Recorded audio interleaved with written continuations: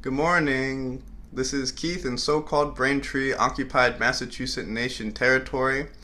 And since the last video that I posted was a little bit depressing and climate change overwhelming, I figured that I could post something today that at least offers something you can do in your own life, especially if you live in the Northeast where it gets pretty cold, and that is the window weatherization. Now, weatherizing your windows basically means putting a piece of plastic all around the windowsill on the inside of your window so that you can create a buffer between the outdoor cold air and the air inside your house that you're trying to keep warm. Essentially, it's like a little greenhouse gas effect, the thing that's heating up the planet for your window. So you're putting a small layer of hydrocarbon derived material, in this case plastic, in the case of global warming, carbon dioxide and other greenhouse gases like methane. And that barrier between the outside space and the inside, our atmosphere, as it would be in the macro sense, it traps heat. It traps solar energy and heat that would otherwise spill out, and it keeps, in this case, the inside of your house warmer. So that's what we're going to install today. Now, it may not seem like a big thing in the face of all the changes happening on the planet to install some weatherization plastic strips to your windows, but it's important to take small steps and not feel helpless in the face of everything that's happening.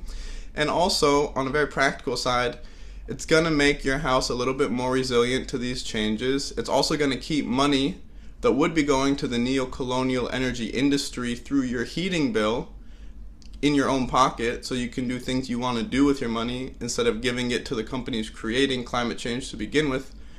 And it's going to make your home spaces a little bit more comfortable, and as you'll see, you can customize it so that it fits your own preferences and doesn't have to be this kind of like cookie cutter model. It can really be something, you know, that's special to you. So we're just going to get to it, and I'll show you how to weatherize a window in your house. So this is the window that we're going to weatherize today. It's right here by our microwave, a very used part of the house, so it'll be nice to have it warm. If you can just take a gander at this little temperature, it reads just over 60 degrees Fahrenheit, which is about 8 degrees colder than what we have the temperature set to in the house. So we're going to see if we can boost the temperature here and lower the amount of heat that's going out through the window. So we're going to be using this Frost King insulation kit that you can buy at pretty much any hardware store. I think this one cost $6, and it comes with the plastic that we're going to use, which it just looks like this, and it also comes with the double-sided tape. The only tools you're going to need are a pair of scissors and a hair dryer, but I'd also suggest that you use a little bit of a glass cleaner to clean your window, just so that you don't have to look at a dirty window once you put the plastic up. So the only other thing I would do before starting is to just make sure your windows are locked, because that's going to create the best seal for the cold air. So I mean, y'all know how to clean windows, I assume, but just spray it down. And since, you know, you're going to be installing these probably in a place where you spend a lot of time, you might want to add some of your own personal flair or something meaningful to you as a little bit of an altar, or something that, you know, you can look at and feel good about. So I have a few little objects here. For up top, I have some wheat that we grew in the backyard. I also have some acorns that we collected out here in so-called Braintree, and a little piñon nut that my friend Kelsey brought back from the Southwest, which is so nice. So I figured I'd put all of these things right up here to catch the sun and remind me of warmer days that are coming, and all the seeds that we're going to plant in the springtime and enjoy. So those will look real good there. And then also, just because it's good to have a little anti-imperialism, you know, in your home life, I got some little miniature Star Wars rebels. So we got that little frog pilot guy, Greedo, who's not really I mean, he's rebellious, but he's not part of the Rebel Alliance. Leia, undercover, going to rescue Han. We got that little jazz musician from the Tatooine scene. Luke with a blaster. Here's another rebel pilot. Lando Calrissian, and here's Chewbacca with C-3PO on the back of his as like a backpack. So the first step in actually installing the weatherization kit is to get your double-sided tape that you have, and you want to lay it down maybe about an inch or so from the windowsill so that you can create that pocket of warm air. The other thing I just wanted to mention is you want to clean the wood or whatever surface you're putting it down on of any dust so that you can get a nice good adhesion with the tape on whatever surface you're working with. So you just kind of go along the windowsill. I hit a little screw there, but I don't think it will really matter very much.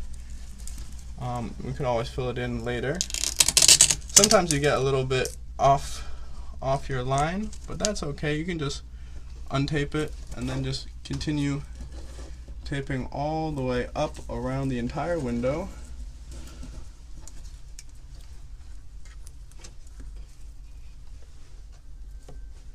Just want to get it right in that corner.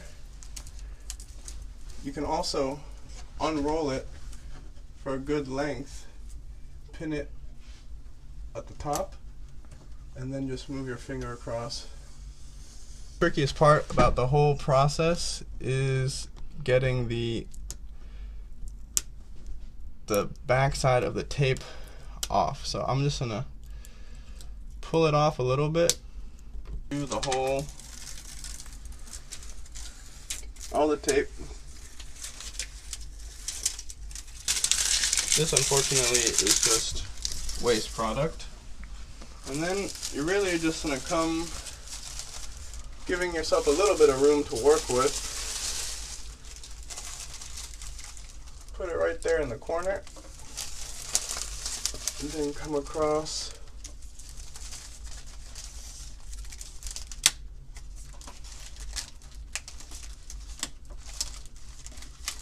And then you just want to make sure it's nice and well attached. And then you just start going a few inches at a time on this side. Then you want to come over to this side. Try to get it as taut as possible, but just with enough room so that you can make that connection with the double-sided tape. And then once you come down on this side, come back to the other side.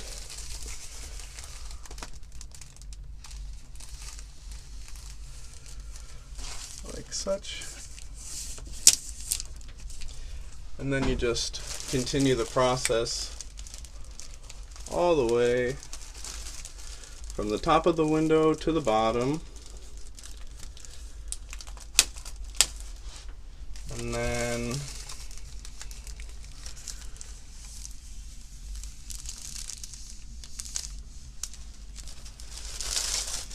if you want to just cut this one, and then we'll start another one.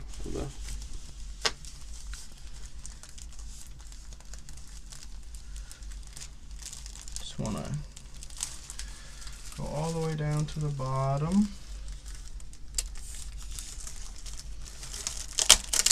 Just trying to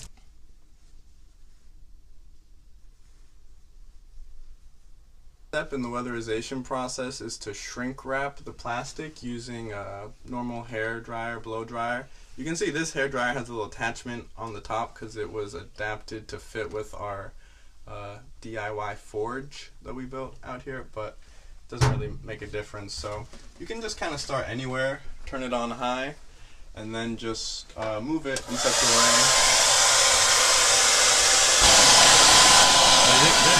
This doesn't even need to be cranked out too much, so it's pretty tight.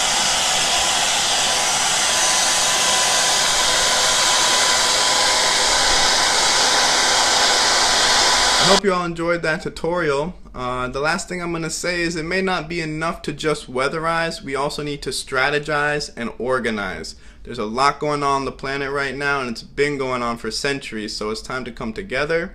If you got money, time to redistribute some of it to folks who have been fighting these things for the longest, to people who are facing climate change right now. If you got family members or friends who are in zones being affected, call them, check in on them, especially elders who are often left alone in extreme weather situations.